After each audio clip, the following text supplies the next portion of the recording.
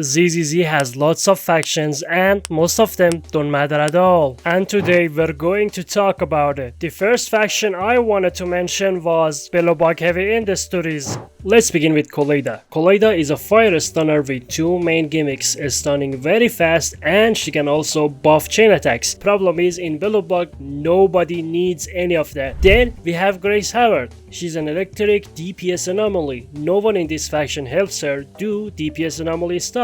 And we also have Anton. His assist does a lot of damage, so he needs quick assists to deal that assist damage. Nobody in this faction gives quick assists. You're better off getting hit to get a quick assist if you're running a full Belobog team. And we also have Ben Bigger. He is just a massive dildo. He is literally just a dildo. He doesn't do anything. He just sits there and looks big and intimidating. He also does give you 16% crit rate, but that's the extent of his buffing capabilities. As I was writing this, I was like, I always hear this, but I'm pretty sure maybe if we look at his mind escapes, he might have some kind of other buff that people just don't mention. Maybe it's a tiny buff, but there might be a buff, right? There's something in his mindscape 1. You know what it does? It reduces the damage dealt by the enemy. You can't make this shit up, man. Damage dealt by the enemy. Did the dev team even play this game? People were beating this game blindfolded at launch. And you might think, well, at least these characters might have uses outside of Belobog. Let me break it down for you. They do have uses outside of Belobog, it's just that they are always literally the worst option available. There's never been a point in history that someone has thought, damn, I would like a Belobog character right now. Koleida is literally the last option for every crit scaler. I mean, we have A rank Nicole. Nicole will probably be better. We also have Anton, and if you want to use Anton as a DPS, you need some real investment in your teams to actually get use out of him. We also have Grace, which is the only saving grace in this team. Don't get me wrong, she was also pretty bad back in the day. Her additional ability never worked in her better teams if you wanted to actually use her, but then Hoyo buffed her and she can also use Valina now. So I guess she's actually the only good thing in this faction. She's actually the only agent that's worth building. There's also Ben Bigger DPS, which is the only use case for Ben Bigger these days. Again, same as Anton, you really want some good teams for your Ben Bigger. And because of all these reasons, I think Belobog Heavy Industries is literally the worst faction in the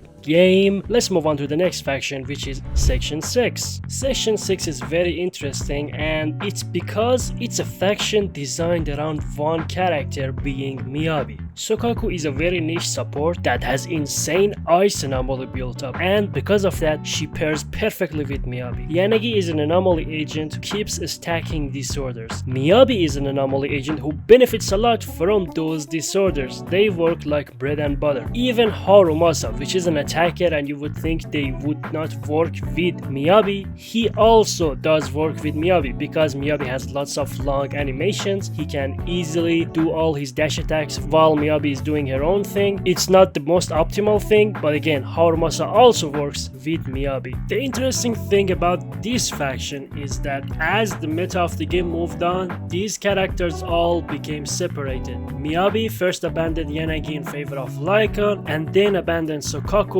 for Nangong. Sokaku was completely forgotten. Harumasa just became a normal electric attacker who used a stunner or supports, and Yanagi just became a normal anomaly DPS who used other anomaly units and stuff like that. This squad was absolutely designed around Miyabi, and as Miyabi moved on, the others had to move on as well. Sokaku just was neglected like me when I was a child. Anyway, the next faction I want to talk about is, I believe, the best faction in the whole game, which is Angels of Delusion. They were one of the most anticipated factions ever since they were teased way back in season 1, and there was a lot of speculation about them. People thought they would try to sell them as a singular faction, so if you didn't have one piece of the puzzle, you would completely fall apart. It would blow up, it wouldn't work. And that was true to some extent when we first saw what they were doing. They are the only faction in the game where when all members are present, they do animations together and their kits interact hand in hand perfectly. Let's begin with Suna. Suna, on the surface, is an attack support,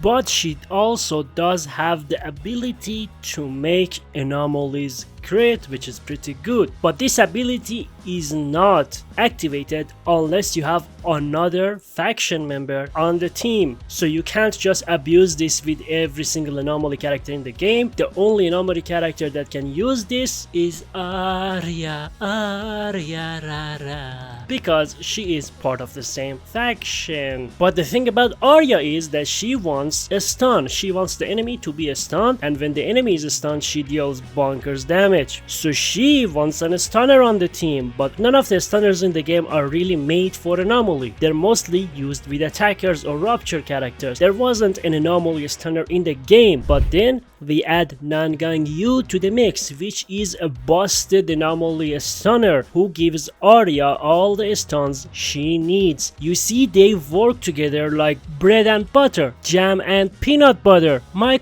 and Valina's pulse. So when you put them all together, they actually happen to be literally one of the best teams in the game. And you would think, because they have all these things that interact together and all the fucking animations, they even gave them a wallpaper. If you have all of them on your account, you will get a unique wallpaper for them. Anyway, you would think if you pull them apart, they fall apart. It's over. It's like when the Spice Girls abandon each other, you know? But that's not what happens at all. And it's not fucking fair. Even when you pull them apart, they are still very fucking good. Sona is literally paired with Ye Xiongguang, which is the best attacker in the game. Arya can go into a normal anomaly team with Velina and Yuzuha. Nangang is literally the second best anomaly supportive character in the game. She can be put into every single anomaly team. If you have Sona and Nangang together, you basically have another pseudo anomaly team. It's not gonna be as good as when Arya uses Sona's additional ability, but it still works. I use it all the time because I need a secondary anomaly team sometimes, but I don't have Arya, but it works. It just fucking works. And that's why I think this is the best faction in the game. They work together perfectly. They were made for each other, but if you pull them apart, they still work very well. Even you could argue that they work better when they are not together. But Angels of Delusion are the only faction that work like this. All the other factions go into two categories. The first category is that they simply do not work together off the cuff. Mockingbird was the first example. Vivian and Hugo just simply do not work together. You should not put these two motherfuckers on the same team. Then we had Krampus. Obviously Darlin and Barrier work together, blah blah blah, but when we look at their squad as a whole, you never see these guys in the same team. And lastly, we have the newest faction in the game, which is External Strategy Department. Norma is a stunner that does stunner stuff. Velena is an anomaly sub DPS stunner who does anomaly sub DPS stunner stuff. You will never see these two in the same team as well. The second type of factions are factions that start up working together, but then they end up not working together as the meta of the game moves on eventually and the teams change. For example, Zhuyan started working with Chingy, but then Chingy got replaced with Dialin, so Zhuyan just works with